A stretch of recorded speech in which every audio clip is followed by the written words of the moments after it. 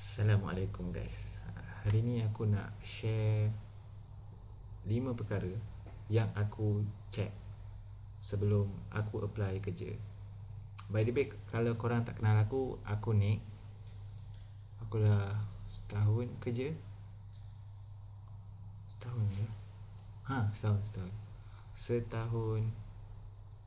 Setahun beberapa hari kerja.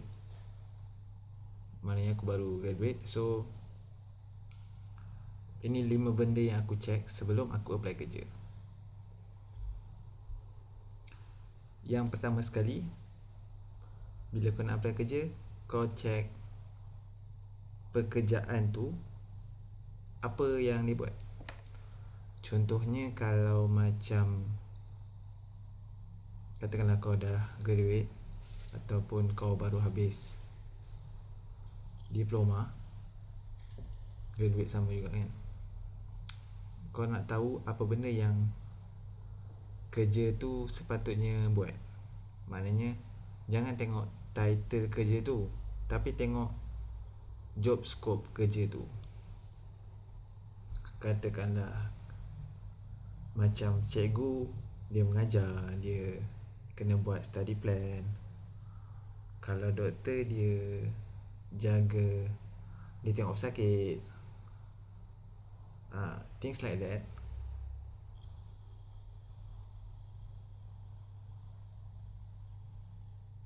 Dan cara paling senang kau nak tahu kerja tu buat apa ialah kau tanya orang yang sedang pegang kerja tu, sedang buat kerja tu.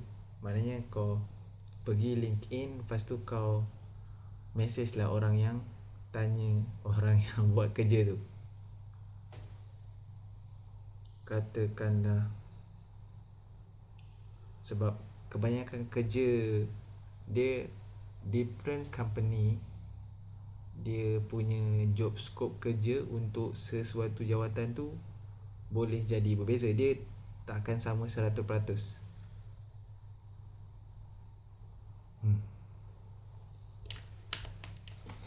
Dan kebanyakan kalau macam kerja-kerja yang macam generic tu senang lah nak teka apa dia buat kan. Macam cikgu, doktor, bomber ke.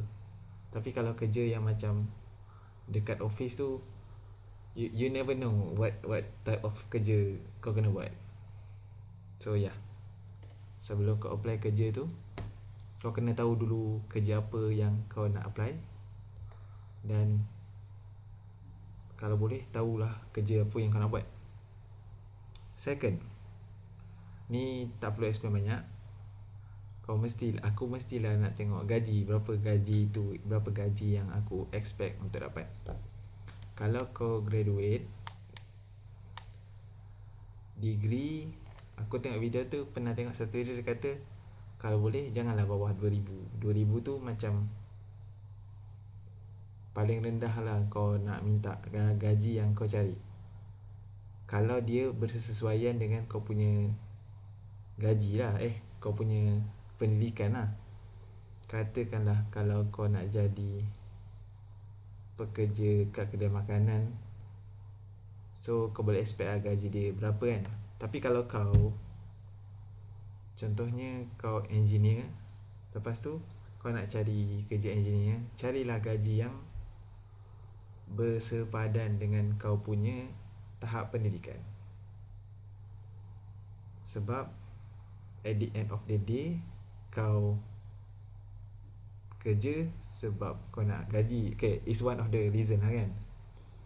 Lepas tu kalau gaji kau tu tak sepadan, nanti kau nak tukar kerja lagi. So daripada kau dapat kerja and then kau tukar kepada kerja baru, baik kau terus dapatkan gaji yang elok, yang sepadan dengan kau punya tahap pendidikan.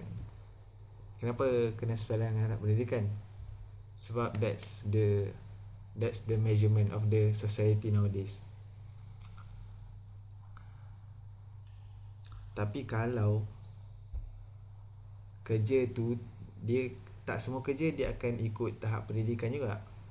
Sebab kalau contohnya, kalau jadi ejen takaful ke, jadi macam salesman ke, kau punya gaji tu dia akan bergantung kepada kau punya sales. So kau tengok lah type of, dia back to type of kerja.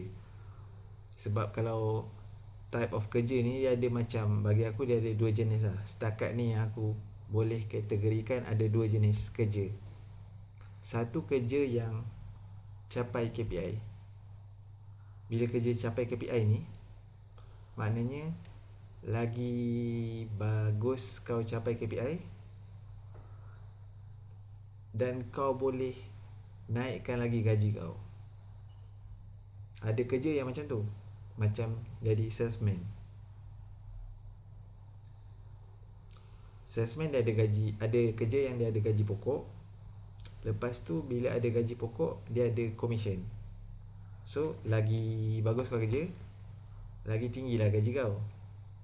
Tapi ada kerja yang dia boleh, yang dia, kau buat dah kerja tu macam mana pun, kau buat ala kadar pun, gaji kau tetap sama. So ikutlah dia. Kalau kerja yang capai KPI ni, dia selalunya dia challenging sikit lah berbanding dengan kerja yang kalau buat ala kadar pun dapat sama je selalunya. Okey, yang ketiga. Bila kau nak apply kerja tu, kau kena fikir berapa lama masa yang kau perlukan untuk kau pergi dari rumah kau ke kau punya tempat kerja. Contohnya macam aku sekarang, aku ambil masa sejam. Sejam pergi, sejam balik. So kerja 8 jam. Jadi aku spend masa 8, 9, 10 jam sehari untuk bekerja. Sebab tu kau kena fikir time commute ni penting lah. Kerja tu penting, tapi time commute ni penting juga. Okay, dia macam dia akan termasuk dalam kau punya kerja, tapi kau tak dibayar pun untuk commute. Kau dibayar untuk buat kerja. So it is something that important to include when cari kerja. Ideally kau nak, kalau boleh, kurang daripada sejam. Sebab tak semua orang tinggal kat bandar kan. Tapi kalau katakanlah kau tinggal kat KL, so dia jadi lagi senang lah kalau kau nak cari kerja tu. So kau kena fikir lah, kau nak, bila kau nak kerja tu, kau nak sewa rumah ke, ataupun kau nak duduk stay rumah yang kau duduk sekarang ni. So it all matters into the account. Sebab at the end of the day, bila kau kerja, nanti balik rumah kau penat, and then esoknya kau pergi kerja lagi. So kalau kau bayangkan, kalau kau kerja tu 2 jam setiap hari, 2 jam pergi kerja, selalunya 8 jam. So 2 jam pergi, 2 jam balik, 2 jam 10, 2 jam balik, 12 jam. Kau tidur 8 jam, 8 tambah 12, 20 jam. Maknanya hidup kau pergi kerja, pergi balik kerja je. So yeah.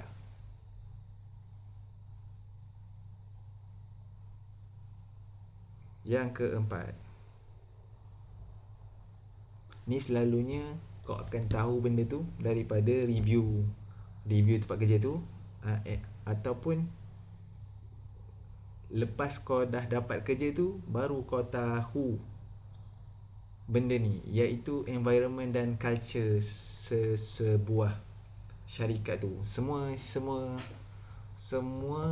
company dia ada culture yang berbeza, dan it is your job untuk decide whether kau rasa environment kerja tu sesuai dengan kau. Katakanlah Dulu aku pernah kerja satu company ni, dia jadi salesman. Kau tak boleh dating dengan kau punya colleague. Itu dia punya syarat kerja lah. So tapi tak semua company macam tu.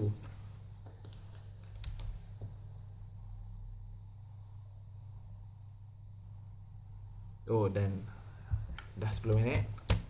So sekarang dan last kali adalah nasihat aku untuk orang yang tengah cari kerja kat sana.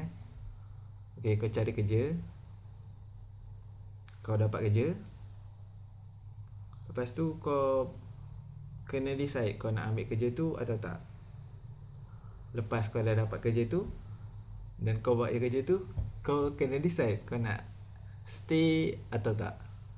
Lepas kau dah stay atau tak, and then after every few months, kau kena decide kau nak stay atau tak lagi. Sebab it's hidup ni is a choice, and therefore kau kena buat pilihan lah. So kepada yang mencari kerja di luar sana, good luck. And that's all for me. Thank you. Dadah Didi Dudu, dadah.